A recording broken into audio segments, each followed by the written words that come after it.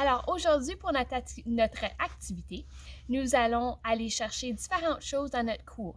Alors des roches, des bâtons, des morceaux de bois, des feuilles, n'importe quoi qu'on veut. Et puis on va revenir et on va faire une activité ensemble. Allons-y!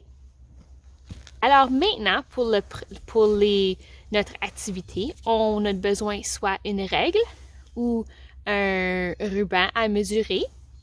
Puis, nous allons mesurer les items que nous avons trouvés. Alors, il y a différentes unités de mesure. Il y a des centimètres, des millimètres, des pouces. Puis, on peut choisir celle qu'on veut. Moi, pour les plus petits items, je vais choisir des centimètres. Puis, pour les plus grands items, je vais utiliser mon ruban à mesurer. Puis, je vais utiliser des pouces. Alors, on va commencer ici. Alors, ce qu'on doit faire, c'est placer notre règle sur une surface plane comme celle-ci et puis mettre notre morceau, notre item que nous avons trouvé, comme notre roche, juste à côté et puis voir comment long que celle-ci est. Alors, aujourd'hui, nous allons explorer la longueur des choses.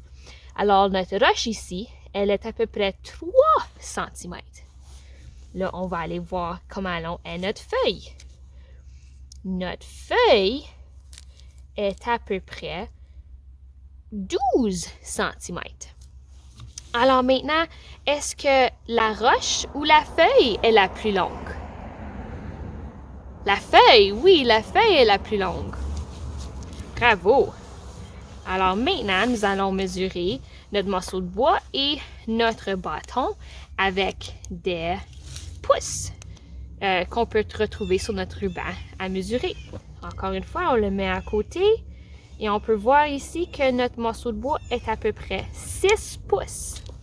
Puis maintenant, notre bâton,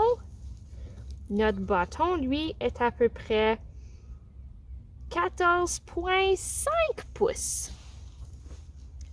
14 pouces et demi. Alors maintenant, quel est le plus petit? Le bâton ou le morceau de bois? Oui, le morceau de bois, c'est le plus petit. Alors là, on peut comparer les différentes choses que nous avons trouvées. Comparer quel qui est le plus grand, quel qui est le plus petit. Puis on peut même mesurer différentes choses dans notre cours aussi.